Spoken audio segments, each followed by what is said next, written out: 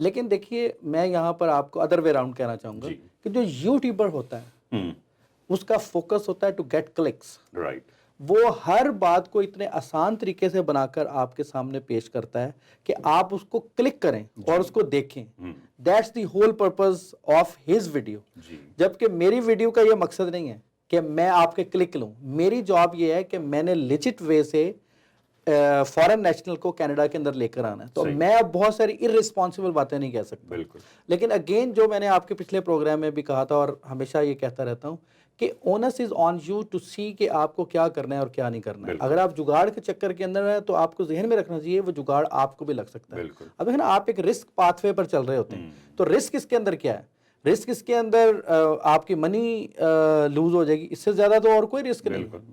اور بات آپ نے کی کہ یوٹیوبر دیکھیں آپ کی وہ جو پوزیشننگ والی بات تھی. آپ اگر جیسے اس پروگرام کے حوالے سے ہم کہہ رہے ہیں کہ یہ کیسے پاسبل ہے کہ آپ یہاں پر آ جائیں. اب آپ ماشاءاللہ سٹیزن ہیں اور آپ یہاں پر پی آر سے لے کر یہاں تک کا سفر ہے. کیا سٹیزن بنتے ہوئے آپ نے لینگویج ایبلٹی کو جو ان کی ریکوائرمنٹ ہے وہ پوری نہیں کی؟ تو لینگویج از سو امپورٹنٹ. آپ دیکھیے نا سمپل سی بات ہے کہ آپ کو گجرا والا تو نہیں آ رہے ہوتے یا چیچا وطنی تو نہیں آ رہے ہوتے کہ آپ کو you need to have certain skills to be successful in Canada. اور کینیڈا کا اپنا ایک موٹو ہے. آپ اس کے مطابق کینیڈا کی ونڈو ہے, آپ نے اس کے اندر فٹ ہونا ہے, نہ کہ کینیڈا نے آپ کی ونڈو کے اندر فٹ ہونا. تو اس اہم بات کو آپ کو ضرور سمجھنا چاہیے. اور بات پھر وہیں آ جاتی ہے کہ آپ اپنی ریسرچ ورک کریں. آپ یوٹیوبرز کے اوپر مت جائیں. وہ ایک that may be one source of information.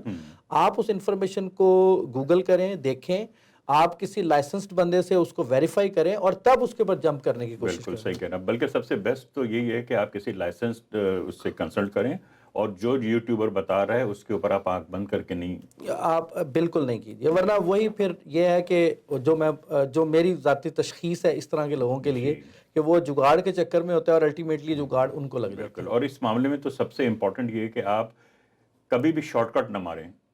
جو پروسیجر ہے, جو رولز اینڈ ریگولیشن ہے, پراپر طریقے سے اس کو فالو کریں. اور جیسا کہ آپ نے ابھی کہا کہ کینیڈا کی ایک ونڈو ہے, آپ کو اس ونڈو میں فٹ ہونا ہے. تو اس کو آپ فوکس کریں کہ آپ نے اس ونڈو میں فٹ ہونا ہے, نہ کہ آپ کینیڈا آپ کی ونڈو میں فٹ ہو. Very good. تو فاروق بھائی آہستہ آہستہ آپ میرے ایکٹیوسٹ تیار ہوتے جا رہے ہیں. بالکل صحیح کہا آپ نے. آپ سے کافی گائیڈنس مل رہی ہے اور پچھلے پروگرام میں بھی اور اس پروگرام میں بھی بہت ہی سالڈ پوائنٹس آپ نے ڈسکس کیے ہیں جو کہ یقیناً میرے ناظرین کے لیے فائدہ مند بھی ہوں گے. اور کچھ چیزیں ایسی ہوتی ہیں جو عام طور پہ لوگوں کو نہیں پتہ ہوتی, تو وہ آپ کے حوالے سے ماشاءاللہ ان کو آگاہی ہو رہی ہے اس چیز کی. تو پروگرام کو آگے لے کے چلتے ہیں. اور اس میں ظاہر ہے جیسے پہلے ذکر کیا تھا کہ کافی کیٹیگریز ہیں امیگریشن کی اور کافی وہ ہیں. تو اس حوالے سے آپ مختصراً ذرا سا یہ بتائیے گا کہ کون کون سی کیٹیگریز ہیں, پھر اگلے پروگرام میں تو ہم اس کیٹیگری میں تفصیلی گفتگو کریں گے. ہاں انشاءاللہ. آپ نے بہت اچھا سوال کیا. چونکہ یہ it's a game of numbers تو میں اپنے نوٹس سے تھوڑا سا ہیلپ لوں گا. اچھا, اس کے اندر جو ہے نا دیکھیں بڑی بڑی سی 5 سے 6 کیٹیگریز ہیں. اچھا. سب سے بڑی کلاس کو ہم اکنامک کلاس کہتے ہیں. اچھا. یہ وہ لوگ ہیں جو پروفیشنلز آتے ہیں جن کی ابھی ہم نے بات کی کہ آئیڈیل کینڈیڈیٹ کو ہم نے ڈیفائن کیا, اس کی کوالیفیکیشن, جن کی لینگویج ایبلٹی کینیڈا یہ سمجھتا ہے کہ یہ لوگ آ کے آسانی سے یہاں پر سیٹ ہو جائیں گے. And then they contribute not only to their economic growth but also to the economy of the Canada. تو یہ ایک چیز سمجھنے والی ہے. ایک بڑی کلاس ہے اکنامک کلاس اسے کہتے ہیں. پھر دوسری ہے فیملی ری یونیفیکیشن. جیسے میں آپ یہاں پر آئے, ہم شاید بعض لوگ یہاں پر شادی کے بعد یہاں پر آتے ہیں, کچھ لوگ شادی سے پہلے آتے ہیں. تو جو شادی سے پہلے آتے ہیں ان کے اوپر 2 طریقے سے یہ فال کرتی ہے کہ وہ اگر شادی کرتے ہیں پاکستان میں یا out side Canada any where, تو وہ اپنی بیگم کو اور بچوں کو یہاں پر لا سکتے ہیں, وہ اپنے پیرنٹس کو یہاں پر لا سکتے ہیں. تو وہ فیملی کلاس ہوگی. دوسری بڑی کلاس فیملی ہے. اور تیسری بڑی کلاس جو ہے وہ آپ نے سنا ہوگا, یہاں پر کینیڈا جو ہے وہ مختلف کنونشنز کا سگنیٹری ہے, ریفیوجی کنونشنز کا. تیسری بڑی کلاس جو ہے وہ ریفیوجی اینڈ پروٹیکٹڈ پرسنز کی. اچھا. اور چوتھی جو ہے وہ ایسے لوگ ہوتے ہیں جو یہاں پر آ جاتے ہیں یا مختلف اس کی صورت حال ہے, مختلف سینیریوز ہیں اور وہ کسی کیٹیگری میں فال نہیں کرتے. تو کینیڈا نے ان کے لیے بھی ایک ہیومینیٹیرین اینڈ کمپیشنیٹ گراؤنڈز کی بیسڈ کے اوپر ایک کیٹیگری رکھی ہوئی ہے جو بیسیکلی کوئی کیٹیگری نہیں ہے. نہ اس کے اندر آپ کو لینگویج چاہیے, نہ آپ کو اس کے اندر کوئی ایجوکیشن چاہیے، نہ آپ کو خاص ایکسپیرینس چاہیے، but still you need to have certain criteria to meet to qualify for that class. اور وہ ہیومینیٹیرین کمپیشنیٹ گراؤنڈ ہے. جب ہم اس کے اوپر پہنچیں گے تو پھر ہم اس کو بھی تفصیلی بات کریں گے. اچھا، اب میں آپ کے ساتھ شیئر کرتا ہوں کہ جو اکنامک کلاس ہے یہ فردر آگے ڈیوائیڈ ہوتی ہے. اس کے اندر جیسے اسکلڈ ورکر پروگرام ہے اور پی این پی کلاس ہے. اور بہت ساری چھوٹی چھوٹی سی کلاسز ہیں، اکنامک کلاسز بھی بہت ساری ہیں اس کے اندر. اس کا ٹارگٹ جو ہے وہ 2024 کا 1,10,000 ہے. اچھا، تو دس از ہیوج اماؤنٹ. بالکل. اچھا، اس کے بعد اس کے اندر بزنس کلاس ہے. دیکھیں، اچھا، جیسے لوگ انٹرپرینیورشپ کلاس کے اندر آتے ہیں ان کا 5,000 کوٹا ہے. جی. اسی طرح اکنامک پائلٹس ہیں جس کے اندر ایک کیئر گیور ہے، اور میں ضرور چاہوں گا کہ آپ اس کے اوپر ضرور مجھے انٹرویو کریں، تاکہ وہ ایک ایسی کلاس ہے جس کے اندر بہت سارے لوگ کوالیفائی کر رہے ہوتے ہیں لیکن انہیں اس کا پتہ ہی نہیں ہوتا. اچھا، تو ہم اس کو تفصیل سے اس کا اس سال جو ہے وہ 10,875 ہے کیئر گیور کا. جی. اسی طرح آپ نے مشہور و معروف اٹلانٹک امیگریشن پائلٹ پروگرام سنا ہو، وہ 6,500 اس کا کوٹا ہے اس سال کا، جو بیسیکلی جو میں اکثر آسانی کے لیے کہتا ہوں جو این سے شروع ہونے والے پروونسز ہیں، اٹلانٹک پروونس 4 پروونس ہیں، ان کو یہ ہٹ کرتا ہے. اسی طرح دیکھیے آپ، جیسے میں نے آپ سے کہا تھا کہ یہ ہے فیڈرل کلاسز. صحیح ہے. اب لا نے مختلف پروونسز اور ٹیریٹریز کو بھی یہ اتھارٹی دی ہوئی ہے کہ وہ بھی اپنی نیڈز کے حساب سے مختلف کلاسز کو ڈیزائن کر سکتے ہیں. اور ہر پروونس کے اپنے 8-10 مختلف کیٹیگریز ہیں.